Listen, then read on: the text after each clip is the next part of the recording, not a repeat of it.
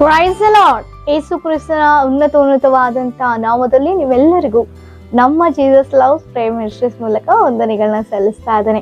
ದೇವರು ಏರ್ಪಡಿಸಿಕೊಟ್ಟಂತ ಈ ಒಂದು ನೂತನ ದಿನಕ್ಕಾಗಿ, ಈ ಶುಭ ಮುಂಜಾನೆಗಾಗಿ ದೇವಾದಿ ದೇವರಿಗೆ ಮಹಿಮೆಯನ್ನು ಸಲ್ಲಿಸುವವರಾಗಿ ದೇವರು ನಮ್ಮನ್ನ ಎಷ್ಟೋ ಪ್ರೀತಿಸಿ ತನ್ನ ಚಿತ್ತದಲ್ಲಿ ನಮ್ಮನ್ನ ಮುನ್ನಡೆಸ್ತಾ ಈ ದಿನ ನಮಗೆ ಏರ್ಪಡಿಸಿಕೊಟ್ಟಿರುವಂತ ವಾಗ್ದಾನ ವಾಕ್ಯವನ್ನ ನಾವು ಧ್ಯಾನಿಸೋಣ. ರೋಮಾಪುರದವರಿಗೆ ಬರೆದ ಪತ್ರಿಕೆ 13ನೇ ಅಧ್ಯಾಯ 8ನೇ ವಚನ.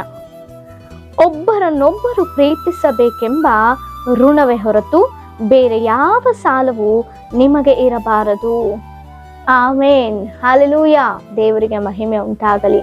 ಹೌದು ಪ್ರಿಯರೇ, ಸೊ ದೇವರ ಚಿತ್ತದಲ್ಲಿ ಒಬ್ಬರನ್ನೊಬ್ಬರು ಪ್ರೀತಿಸುವಂತ ಒಂದು ಋಣ, ಸೊ ಹೊರತು ಬೇರೆ ಯಾವ ಒಂದು ಸಾಲವೂ ಕೂಡ ಇರುವ, ಒಬ್ಬರನ್ನೊಬ್ಬರು ಪ್ರೀತಿಸುವಂಥದ್ದೇ ಒಂದು ಸಾಲ ಎಂಬುದಾಗಿ ದೇವರ ದೃಷ್ಟಿಯಲ್ಲಿ ನಾವು ದೇವರ ಚಿತ್ತವನ್ನು ನಾವು ನೋಡ್ತಾ ಇದ್ದೇವೆ. ಇಹಲೋಕ ಸಮಯದಲ್ಲಿ ಮನುಷ್ಯರ ಆಲೋಚನೆಯಲ್ಲಿ ಆರ್ಥಿಕವಾಗಿ ಸೊ ಸಾಲವನ್ನು ಮಾಡಿಕೊಂಡು ಅನೇಕರು ಆ ಸಾಲಗಳ ಬಾಧೆಯಲ್ಲಿ ಸೊ ಅನೇಕರು ದುಃಖ ಪಡ್ತಾ ಇದ್ದಾರೆ, ಅವಮಾನಕ್ಕೆ ಒಳಗಾಗಿದ್ದಾರೆ.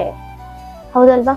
ಸೊ ಅನೇಕರು ನಮಗೂ ಕೂಡ ಈ ಒಂದು ಯೂಟ್ಯೂಬ್ ಚಾನೆಲ್ಗಳ ಮೂಲಕ ತಮ್ಮ ಒಂದು ಪರಿಸ್ಥಿತಿಯನ್ನ, ತಮ್ಮ ಒಂದು ಸಾಲ ಬಾಧ ಒಂದು ಜೀವಿತವನ್ನ ನಮ್ಮೊಟ್ಟಿಗೆ ಹೇಳಿಕೊಳ್ತಾ ಇರ್ತಾರೆ.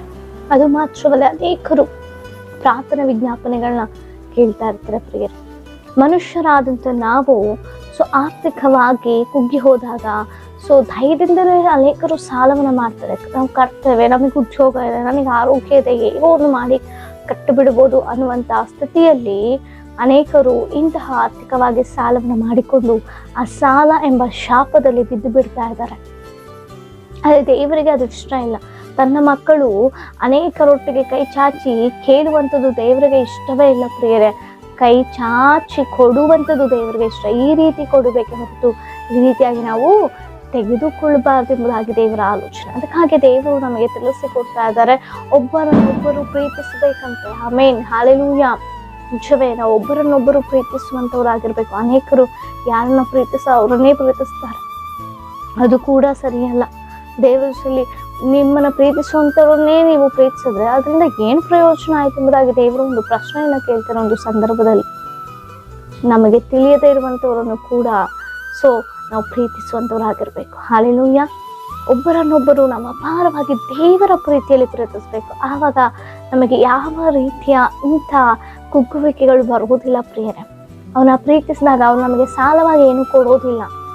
ನಮ್ಮ ಮೇಲೆ ನಂಬಿಕೆ ಇಟ್ಟು ಮತ್ತೆ ಅವ್ರ ತೆರಿಗೆ ಕೊಡ್ಬೋದು ಅನ್ನುವಂಥ ಸ್ಥಿತಿಯಲ್ಲಿ ಸೊ ನಮಗೆ ಸಹಾಯ ಮಾಡ್ತಾರೆ. ಅದು ಆರ್ಥಿಕವಾಗಿ ಆಗಿರ್ಬೋದು, ಅದು ಶಾಖವಾಗಿ ಆಗಿರ್ಬೋದು, ಯಾವುದೇ ರೀತಿಯಲ್ಲಿ ಆಧ್ಯಾತ್ಮಿಕತೆಯಲ್ಲಿ ಆಗಿರ್ಬೋದು.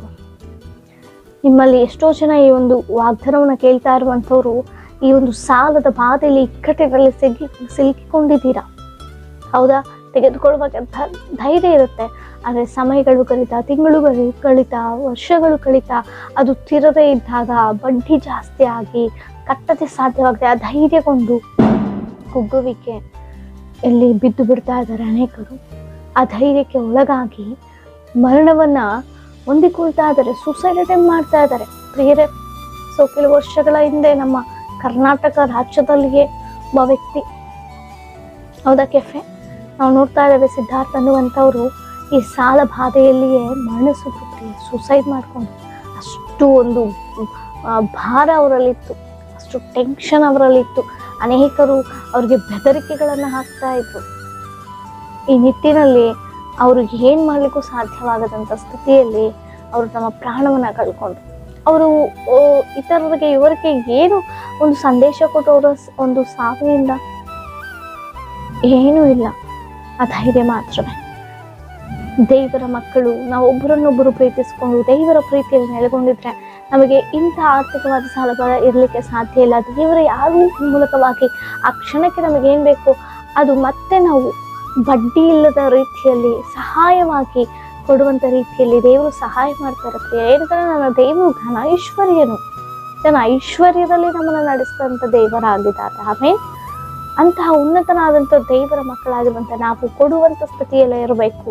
ನಾವು ಯಾವಾಗಲೂ ಪ್ರಾರ್ಥಿಸ್ಬೇಕಪ್ಪ, ನಾವು ಇತರರಿಗೆ ಸಹಾಯ ಮಾಡುವಂಥ ಸ್ಥಿತಿಯಲ್ಲಿ ನನ್ನನ್ನಿಸು, ಇತರಿಗೆ ಕೊಡುವಂಥ ಸ್ಥಿತಿಯಲ್ಲಿ ನನ್ನನ್ನಿಸು, ಅನಾಥರಿಗೋ ವಿಧೇಯವರಿಗೋ ಅಥವಾ ದಿಕ್ಕಿಲ್ಲದವರಿಗೂ ನಾವು ಸಹಾಯಕವಾಗಿರಬೇಕು ಸ್ವಾಮಿ. ಅದೇ ನಿನ್ನ ಚಿತ್ತ. ಆ ನಿಟ್ಟಿನಲ್ಲಿ ನಮ್ಮ ಜೀವಿತ ಇರಲಿಕ್ಕೆ ಸಹಾಯವನ್ನು ಮಾಡು ಎಂಬುದಾಗಿ ನಾವು ಖಂಡಿತವಾಗಿಯೂ ದೇವರ ಸಮ್ಮುಖದಲ್ಲಿ ಪ್ರಾರ್ಥನೆ ಮಾಡಬೇಕು.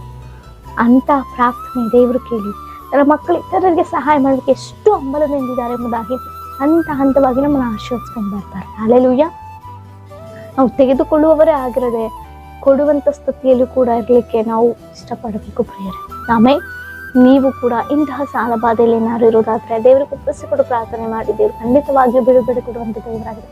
ಎಷ್ಟೋ ಜನರ ಜೀವಿತವನ್ನು ಬದಲಾಯಿಸಿದಂಥ ದೇವರು, ಎಷ್ಟೋ ಜನರ ಸಾಲವನ್ನು ದೇವರು ಆ ಮಾರ್ಗವನ್ನು ತೆರೆದು ಅವರು ಆ ಸಾಲವನ್ನು ತೀರಿಸಿಕೊಂಡು ಉನ್ನತವಾದ ಸೇವೆಯನ್ನು ಮಾಡ್ತಿರುವಂಥ ಆ ಸೇವಕರು ಕೂಡ ಎಷ್ಟೋ ಜನರಿದ್ದಾರೆ.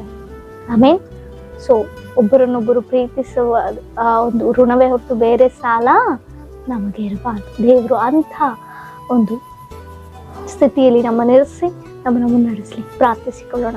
ಪರಿಶುದ್ಧ ಅಂತ ದೇವರ ಮಹೋನ್ನತನೇ ಸ್ತೋತ್ರ, ಜೀವುಳ ಜೀವಾಧಿಪತಿ ಅಂತ ದೇವರ ಸ್ತೋತ್ರ. ಅಪಾಯ ವಾಗ್ದಾನದ ರೀತಿಯಾಗಿ ನಮ್ಮನ್ನು ಆಶ್ರಯಿಸು, ಬಲಪಡಿಸು. ಯೇಸುವಿನ ನಾಮದಲ್ಲಿ ಬೇಡಿ ಬಿದ್ದೇವೆ ಜೀವುಳ ಪರಲೋಕದ ತಂದೆಯೇ, ಆಮೇನ್. Praise the lord.